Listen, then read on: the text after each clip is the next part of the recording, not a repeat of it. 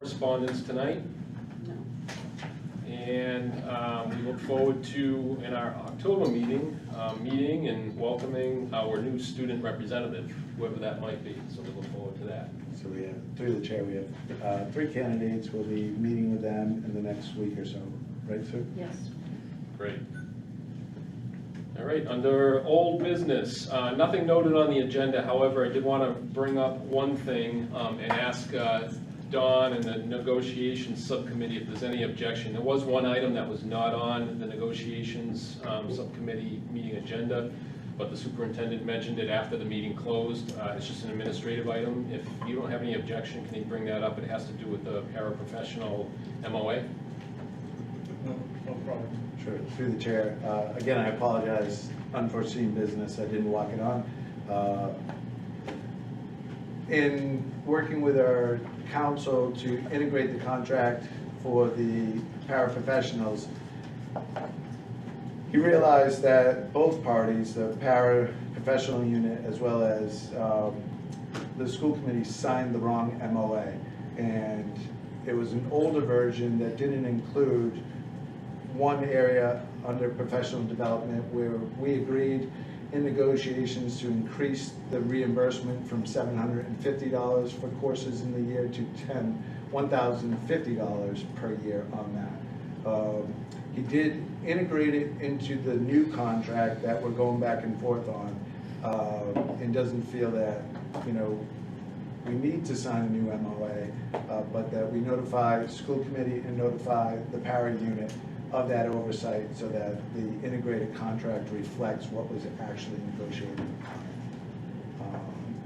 So that was the only area that was omitted from the older version of the MOA that wasn't signed. No objection from the committee. Okay, any questions or comments? What we'll do, I think what we discussed we'll do is once everything is written and finalized, the committee will then vote on the new integrated MOA document. In that way, the 1050 will be incorporated in that final vote. Correct. All right.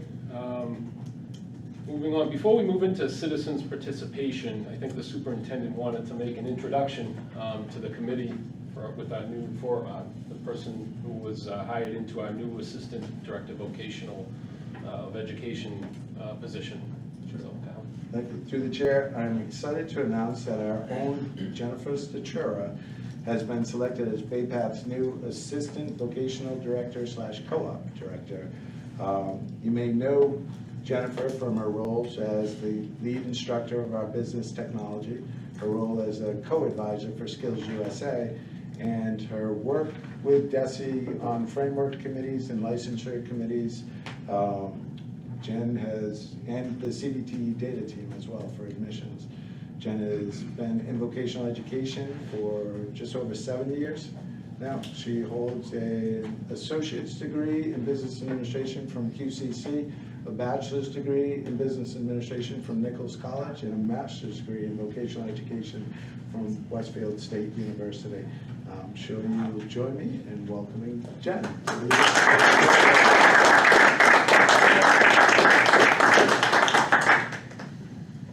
Thank you. Welcome aboard, Jen. Thank you. Good luck in your new position. Thank you very much. All right, moving into, is there anyone here for citizens' participation? I don't see anyone. All right, so we'll move into new business. The first item under new business, item B4A, approval of the final FY 2022 year-end transfers. And I believe this is just a confirmation vote, if I understood the notes correctly. Correct. Correct. So through the chair, the superintendent, director, and the school business manager recommend the school committee vote to approve the final budget transfers through June 30th, 2022 in the amount of $1,170,999.09 to the accounts listed in the report or the memo provided by Ms. Hu. Is there any questions? Is there any motion? So moved. All right, so the motion on the floor is to approve the budget transfers as presented. Is there a second to the Second. motion? Second. Second. Is there any further discussion? All those in favor? Aye. Opposed? Abstention? Motion carries. All right, item B4B, surplus equipment. Through the chair, the superintendent director and the vocational director recommend the school committee vote to place 3 36 by 30 Versa computer tables and 17 72 by 30 Versa computer tables from programming and web development on the surplus equipment list to be disposed of according to the school committee surplus equipment policy using the most appropriate method available. Is there a motion? So moved. Second. All right, motion and second to approve the recommendation of surplus equipment. Is there any discussion? One thing, I think in the past, I think the condition of these things is good condition. I think a lot of times we used to contact the schools in the district to see if they could use it. I'm not sure if that's a policy that, that can be carried on instead of letting them sit in the barn someplace. It might be a good idea to see if one of the district schools could use it. Because we are very fortunate here in our stuff, and I know they're probably in very good condition. We can do that. I just had the reverse of that. I called Mr. Tripp last week. A friend of mine had a lathe, and it's only been used 11 times, and he's willing to donate it to the school. And I was surprised that you took second used equipment. Yeah, I reached out, through the chair, I reached out to Mr. Rickson and Mr. Martinson, and so we can find a use for it, so. Excellent. Win-win. All right, any further discussion? Seeing none, all those in favor of the motion? Aye. Opposed? Abstentions? Motion carries. Item B4C, approval of the 2022 through 2023 practical nursing handbook changes. To the chair, first I'd like to recognize Dr. Grethlin Boland Jr., the director of our practical nursing program, who's with us tonight. The superintendent director and the practical nursing director recommend the school committee vote to approve the 2022-2023 VAPATH Practical Nursing Academy student handbook changes as submitted. Is there a motion? Motion made. Okay, motion to approve the changes as presented. Is there any questions or comments? Seeing none, all those in favor of the motion? Oh, I'm sorry, I need a second. Second. I'll second. All right, we'll try that again. All those in favor? Aye. Opposed? Abstentions? Motion carries. Item B4D, approval of the PN instructor employment policy. Through the chair, the negotiation subcommittee and the superintendent director recommend the school committee vote to approve the 2022-2023 practical nursing instructors employment policy as submitted. Is there a motion? Motion. Second. Okay, we have a motion and a second. Any comments, questions? Seeing none, all those in favor of the motion? Aye. Opposed? Abstention? Motion carries. Item B4E, acceptance of the superintendent director's goals for FY23. Through the chair, the negotiation subcommittee and the superintendent director recommend the school committee vote to accept the superintendent director's FY23 goals as submitted. All right, Mr. Erickson, I don't know if you want to say anything, because this, just so everyone knows, this went before the negotiation subcommittee prior to this meeting, and that subcommittee did recommend favorably on that. So, Erickson, do you have anything else? Well, in the meeting, we approved the, what was the approval of the practical nurse instructor employment policy. And it passed unanimously. So now it's in your lap. Yeah, the goals, right. And Yeah. the goals. Is there anything you? Well, I thought you were separating the two. Well, this one is on the goals, the acceptance of the goals. Item E, under new business, yeah. We went through the acceptance of the goals, and several questions were asked and answered, and it was brought forward to this committee. Okay. Is there anything you wanted to add? Nope, just that, I look forward to an exciting and busy year. Okay. So we'll start, is there a motion to start with? So moved. Is there a Second. second? Motion, we have a second? Yeah. Is there any discussion or questions? Okay. All those in favor of the motion? Aye. Opposed? Abstentions? Motion carries. All right, information and proposals. We have the report from the superintendent. Through the chair, I submitted a written report. I'm prepared to answer any questions on that. If you read through it, I just want to highlight a few things. We have several new teachers that we welcomed on board this year. Despite the national trend of teacher shortages, we're in really good shape. We brought on, an update to this is a new science teacher, Sarah Hunt, who just started today. So we're only looking for a long-term sub in mathematics. All our other positions, with the exception of maybe 2 paraprofessional positions, were full. So, so we're not facing the struggles that a lot of school districts are. And I list out, we have Paige Alstrom, new adjustment counselor, Nicholas Caldwell, custodian, Claire Cecils, she's a sub in moderate disabilities, Megan Cloutier, no relation to Mr. Cloutier, is our guidance counselor, Ashley Holden, that's right, was hired in April, but she's considered new in animal science. Julie Loomer is a new school nurse, Robert Orzaz for electronics, Melissa Richardson, payroll and benefits, Tony Stewart was hired in April at the end of the year.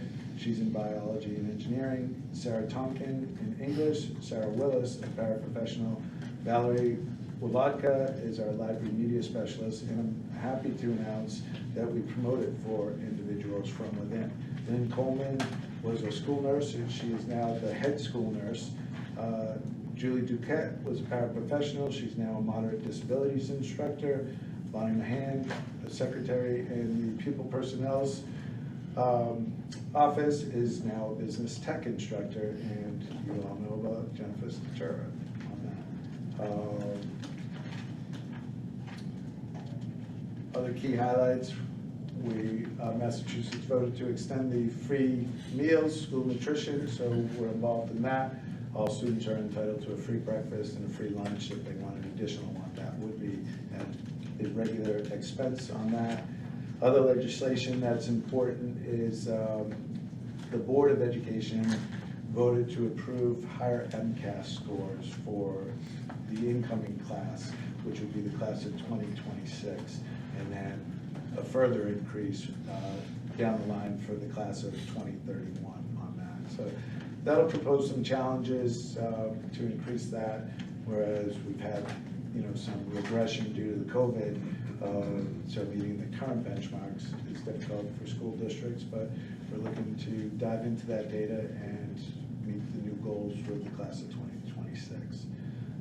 Significant benefit to our business office and school functions is the increase, the governor signed Bill H-596, an act relative to school operational efficiency. In one sentence, they've taken the limit of 50,000 for 3 bids and raised that to 100,000 on that. So that should make procurement a little bit easier for us. We all know inflation, the price of everything's gone up, so not having to go out and seek those. We'll still use sound business practices and everything we do for ordering, but those were the legislative updates on that. We had a great start to the school year, great PD, and it was good to see all the teachers back looking relaxed and refreshed. All right, thank you. May I ask, among the superintendents, when the department, in their infinite wisdom, indicated we're gonna raise the MCAS score, even though, we've obviously had and will have some real challenges because of COVID, because of mandated school shutdown.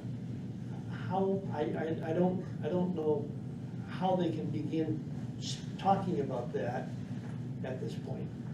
And then, my understanding is, from what you just reported, they're gonna be looking for even higher MCAS scores down the line. There's spirited discussion, and a lot That's of. good, that's a good political way of saying that, yeah.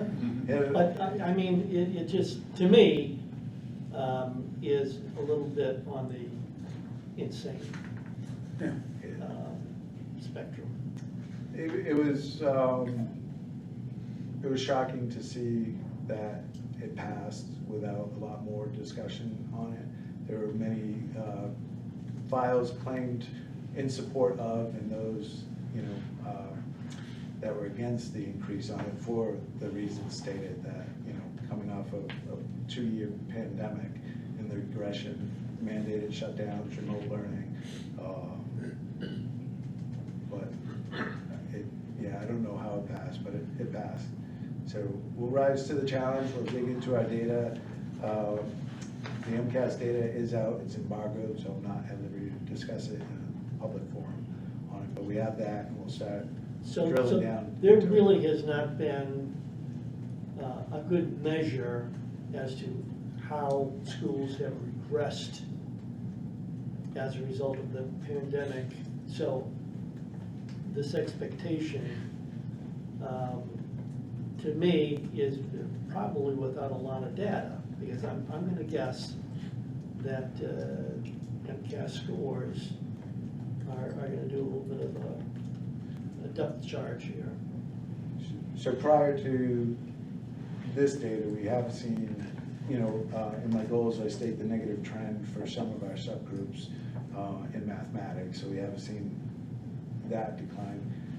There is data available for those that did test, so we have that information. And through our measured assessment, academic performance, the MAP testing, hopefully we'll have that. There's a new training for EWIS system that the state puts out, and that's an early warning indicator system. And that will, for every one of the students that belong to us, we can see all the way down to when they first started testing in MCAS. And the idea behind that is we can see their performance and identify those that need the extra supports. And through providing those extra supports, after school MCAS tutoring and things like that, that we can get them back on track. But that's gonna be pre-pandemic data, and talk to any educator, I don't care what grades they're talking about, every single grade going back to kindergarten, obviously, is drastically affected with the pandemic. And the catch-up is going to be, I think, years away. So I don't know. I mean, and it's, lofty. It's a lofty goal. It's a very lofty. But is it really realistic? I don't know. So I would encourage you to go on the site. I had links. I think that'll link to some of the letters of support and letters against it. But it ultimately got passed. Sure. Okay. Now we gotta reach that bar. Yeah. Through the chair, I was opposed to the MCAS test at the beginning, and I'm in opposition to the actions of the DESE, and I want to go on record for that.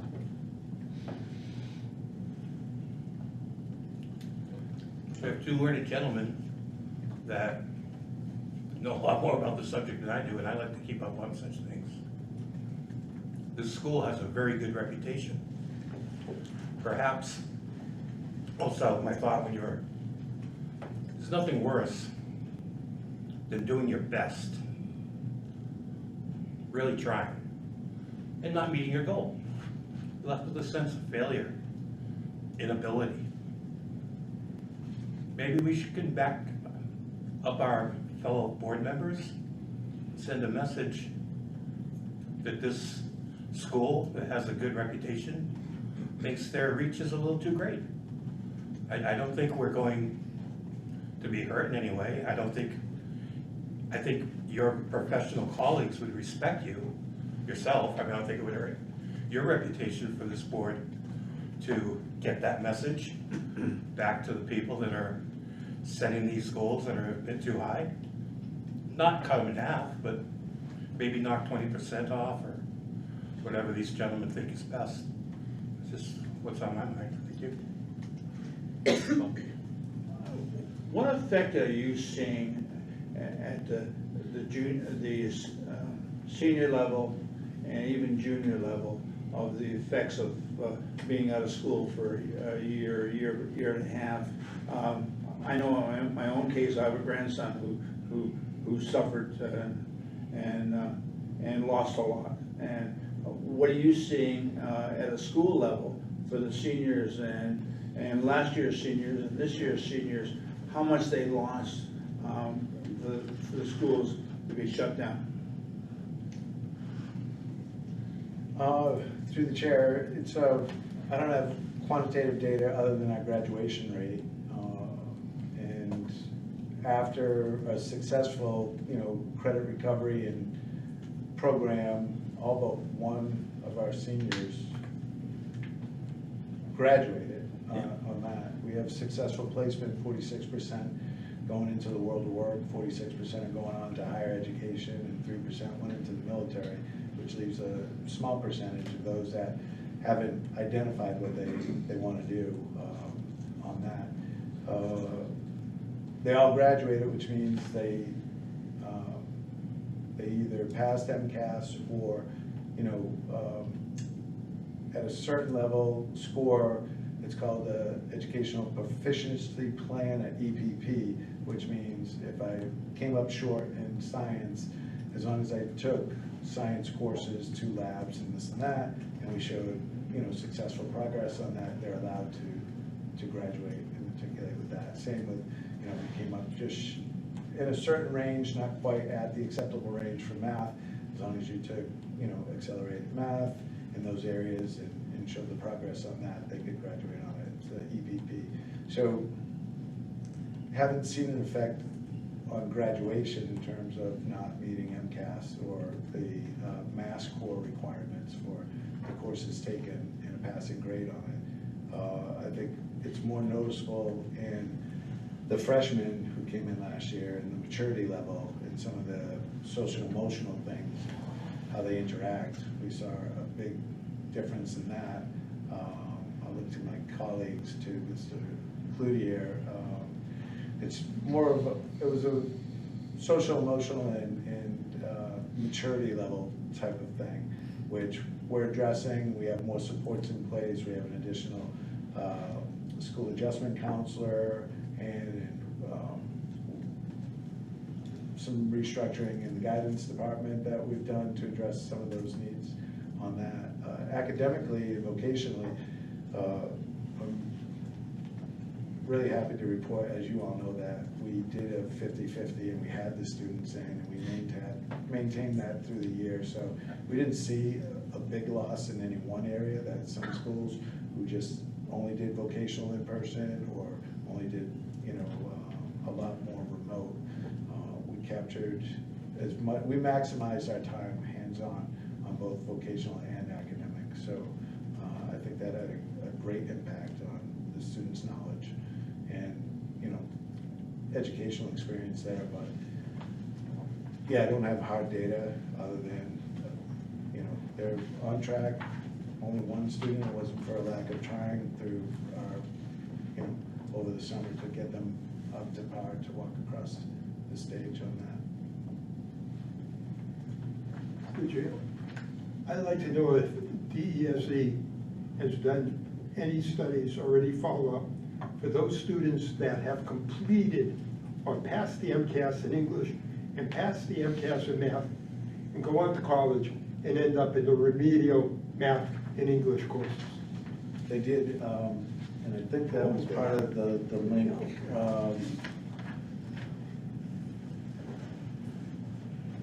That's his memorandum, but I think his memorandum spoke to that, Commissioner Riley's memorandum. He did have data on those that went on and their 5-year or, beyond graduation rate at the college level. So that was, don't quote me on it, but that was a measure of why they moved for higher MCAS scores because of their post-secondary success rate in college. It took longer to graduate, or the numbers of those that actually graduated college was significantly lower than those that entered college. So that was a big factor in Yeah, that's usually the case of people drop out, then come back, after raising a family or in professions, come back and get an education. But I'm wondering, I'd like to know the data on the freshmen that are leaving, pass the MCAS, and to go on, take the tests at the college and find out they're placed in remedial courses in math and English, and those are not for credit. So they're doing a semester of those courses, the parents are paying for it, and then later they'll be placed into a credit-bearing course for graduation.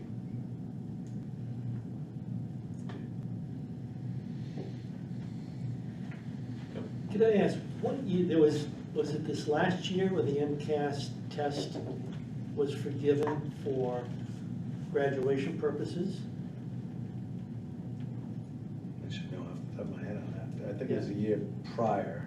The year prior. So, okay, Yeah, so it's, yeah, year and prior. I know they get tested in Blends their together. junior year. Yes. Sophomore So. year. Sophomore year. Sophomore year. So, a lot of that data, that quote-unquote graduation data, can be terribly skewed because of that. And I guess, because of the interruption, I think I'd be a lot more forgiving to the department if they in fact said, all right, we're gonna go back to our standard testing with the standard graduation score. And then let's see how we do there for a couple of years before saying, okay, you know what, we're gonna raise the score, and then we're gonna raise the score again. So, and to me, that doesn't really make any rational sense. I think it's almost boasting, well, we're Massachusetts and we're leading the country, and so we gotta set the bar high. Well, I think that there are going to be some real pressure beyond what MCAS brings to the table already. Can I just ask one curiosity question on the topic too? So the last releasable MCAS results that we have, how much would the pass rate have changed if these standards were applied then? I wouldn't know that without going. I'd be curious to know if it would have had a material impact on the results from the last test taken based on the new standards. Be interested to know that. And that would change your, John Adams and Abigail Adams scholarships too. It's gonna impact that too. Okay, yeah, I'll look that up, Joe.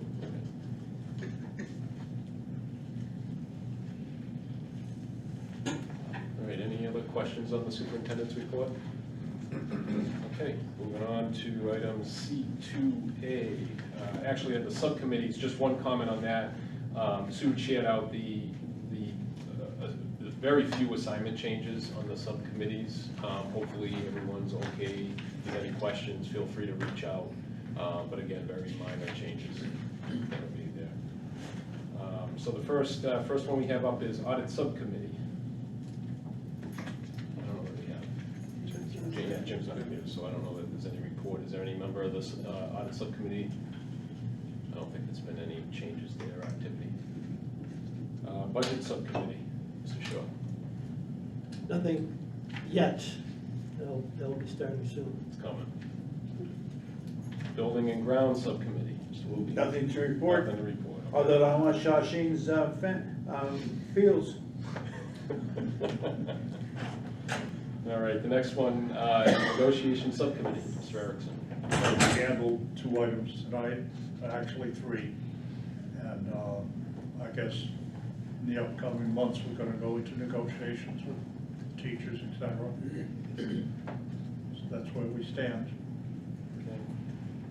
And I've got one item to add to that list. So at the last meeting, voted when we were talking about the superintendent's contract, Ben had made a note of a section in that contract that stated, the superintendent should let the committee know his intentions as far as a future contract.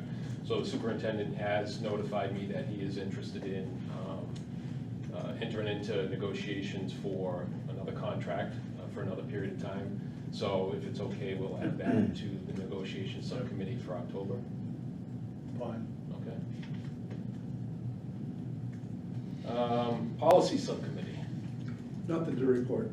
Okay. And the warrants are circulating, hopefully everyone's had a chance. Chair, Yes. I'd like to ask a question for Yeah. the chair. I want a point of clarification. So I'm just gonna go back to something in new business on the surplus equipment. I heard somebody mention that, about donating items, reaching out to the other, schools in the district. So are you being specific to these items, or is that something you're always looking for? Because if I read the policy, on surplus equipment, it's somewhat vague in that it says school committee will determine that A, yes, we accept it for surplus, and B, whether it should be sold, donated, or disposed. And anything that goes to sale but doesn't sell can then be disposed. So on these items, did you have a strong preference for how they were done, or did I hear that you wanted us to try to donate them first? Then if nobody wants them, try to sell them, and then if they don't sell, we'll dispose of them. Don? I'll let you answer since you brought it up. Ideally, I guess you'd ask the schools first. I mean, I know there is stuff that sits in surplus someplace in the barn for months before they get enough to accumulate it, and then they put it to the auction. And I think, like, if you put these in the barn, or wherever you want to put them, they could get damaged, banged around, and everything else. So it would be my suggestion to donate them first to the schools if they can use them. We've done books. Health Tech a couple of years ago had mannequins and stuff that they got newer ones, and so we donated them to I think it was Charlton Middle for their use down there. So a lot of our stuff up here can be used by the other schools. And I don't just mean Charlton. I guess you'd have send it out to the business manager at each one, and I think we did that with the in graphics with the machine that does the shirts. We gave it to North Brookfield. We instead of going out to bid, going out to auction, we just donated it to North Brookfield. So I think that's a good way to do it. Because we can do that.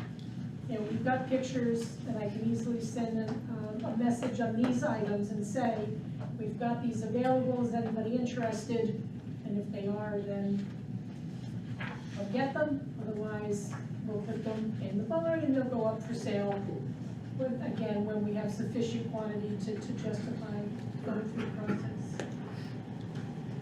Can I make a suggestion? I think that's great, I agree, but I'm wondering if I remember right, the policy subcommittee had agreed at one point to kind of re-review policies on a sort of a rotational basis. Would it be worthwhile to have the policy subcommittee look at the surplus policy and maybe officialize what the thought there is, so it's a little bit more direction for you? Yep.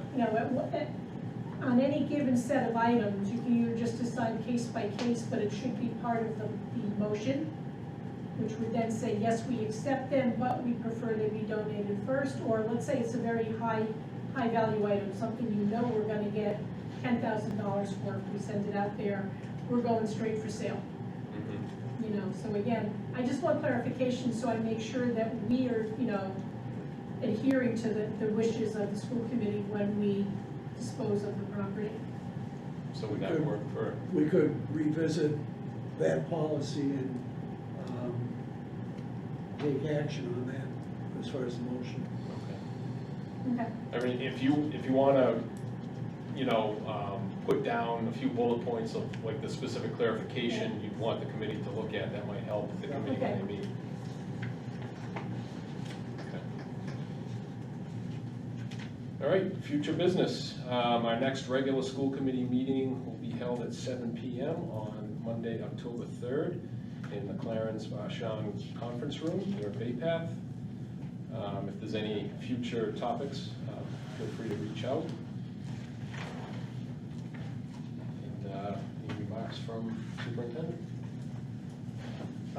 Through the chair, no, just, congratulations, Jen, and we had a great start, and I think it's gonna be a great year. All right, thank you. Questions or comments from the committee? We'll start with Bob. Congratulations, Jen. Thank you. Good job. And I wish everybody a good year as well. That's all. Congratulations on your promotion. And that's it. Don? I'd be remiss if I didn't congratulate Jen. I had the opportunity to work with Jen for 7 years, I guess, and that's what I guess, been in the building 7 years. And I know that in skills and she did the career essentials, she's very well organized. She's gonna be very good for that position. Good luck. Congratulations, Jen. She led us around skills as an expert, and thank you for your leadership there. I got 2 items that I want to share. I'm working, and now that Mrs. Cody is back, we hope to get a Leo Club here at the school this fall. And Emma, the young lady who won the youth speech state level, she wants to be the president of the club. So we, as soon as Mrs. Cody gets her feet back on the ground, we will be having a meeting. The second item is I'm working with Nancy Alpine through the senior center, the veterans group. We've invited a recruiter from West Point to come and make a presentation to us older veterans. And I suggest that we expand that and bring it to Bay Path. Nancy agreed, Alpine agreed that was a good idea, and I also will share it with Wachusett and see if we can get some youth that might be interested in learning about the West Point Academy and going from there. So, a couple things I'm working on.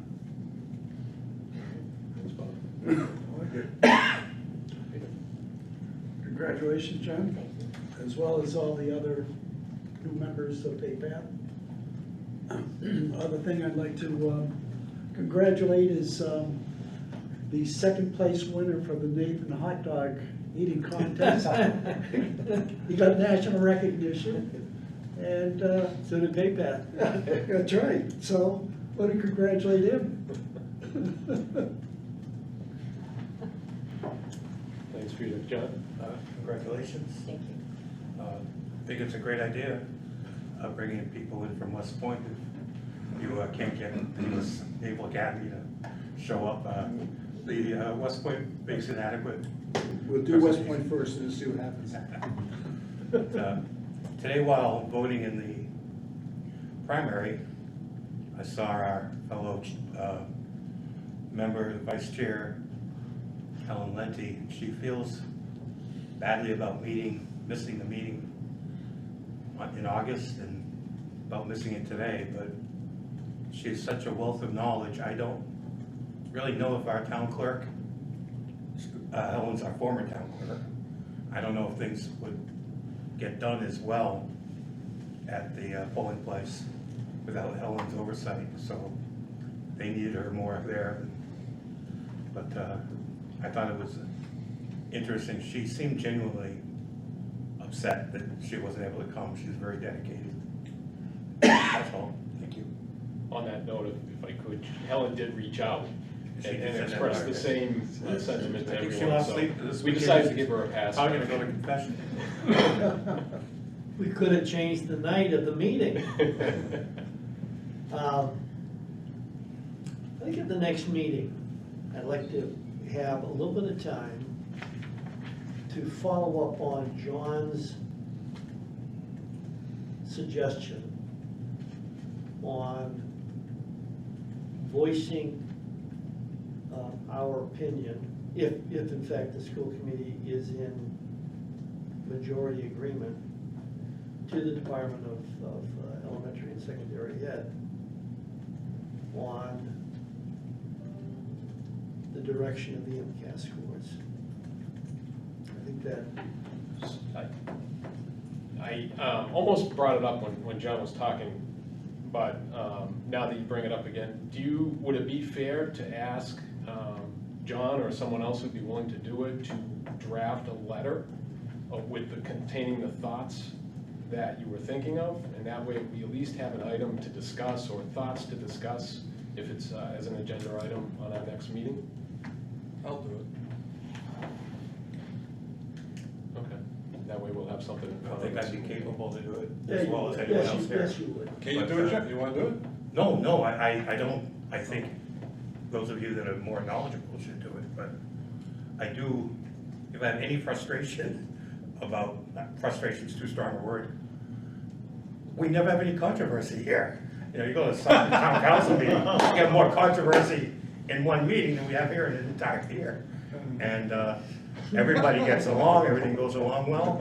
These two Oh, gentlemen- yeah, you wanna start with some business? Gentlemen make a good point, and I hated to see it just go by the wayside, because often it's the people that have a little more experience and seniority that ought to still be leading any way they can, and that's why they get put on committees like this. And there's nothing wrong with offering some guidance to the people in Boston. John, for many of us who have been around for a long time, Don Gillette and so on, there were controversy in the old days, but this is heaven compared to that. I hope it wasn't a challenge, John. But I'm glad you brought it up, Tim, because the same thought was going through, and it sounded, there's some strong thoughts, and then we kind of moved on, so I'm glad you circled back on that. That'll be good.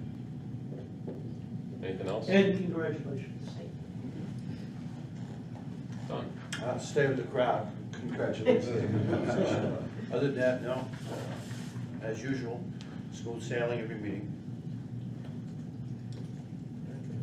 Congratulations, and remember, once you wear the red jacket, you never get out of skills. I can tell you that, because 50 years later, I'm still doing it. As you know, I wear several hats as chair of the Division 8 school committees. I'm putting together a critical issues forum. I've contacted Mike Moore to get an idea of critical issues in voc ed at the state level. I talked to Dr. Fitzpatrick about issues that superintendents face. And I've contacted Brian Cummings to get a view of the teachers' aspect of critical issues. So we're looking to put that together probably in the fall. And if you have any ideas that you'd like to bring forth, that would be a topic for a meeting with Division 8, please contact me. Other than that, I got nothing else to do. Yeah. Are we gonna have, is VOTEC gonna have more time at the state convention? That's always a challenge, because I'm one of 10, I know you are. and most of it is at the academic schools. So I keep trying to get more time, but we'll see how that works out. Thanks, Don. Congratulations, Jen. Thank you. That's all. Happy for you, Jen. And I'm gonna echo what Mr. Wilby said in regards to seeing Jennifer in action. Really well done coordinating that whole process. And Jim also, Jim's not in jail with all the money we spent. So it's good. You did a great job also. So I thank you for that, for your dedication and professionalism. There were some hurdles and you got through it, and I thought that was a great sign that if you can get through that, you'll get through this position very easily. So, great job. That's it for me. Thanks, Dave. I'll kind of echo some other sentiments. Welcome back to everyone. Hopefully it'll be a good, solid school year. Good luck to everyone, students, administration, staff, everyone involved. Jen, welcome. Sounds like there's some great accolades going around for people who've worked with you, so good luck in your new position. And also, congratulations and good luck to all the other new hires that we have starting with the school this year. Dave, I don't think I said it before, but thank you for drafting that letter. Appreciate you stepping up and doing that. It'll only be 2 lines. Well, hey, whatever it is, it's a starting point. Okay. Dear sir. All right. Next item we have is to move into executive session, so we'll need a motion, and whoever makes the motion, if you could please read the motion as it's stated on the agenda. I'd like to make a motion to move into executive session to discuss charges of criminal misconduct and litigation strategy, and to reconvene an open session to adjourn. Second. All right, we have a motion and a second. That's a roll call vote. Joseph Becker, Yes. Donald Erickson, Yes. Jesselyn Goshen, Yes. Don Gillette, Yes. Oh, that's my guess, I don't know. Dave Brenner, Yes. Donald Montville, Yes. John Pulowski, Yes. Peter Shore, Yes. Timothy Shore. Yes. Robert Tremblay, Yes. Robert Wilkie, Yes. Robert Zakowski. Yes. Okay, executive session. All right.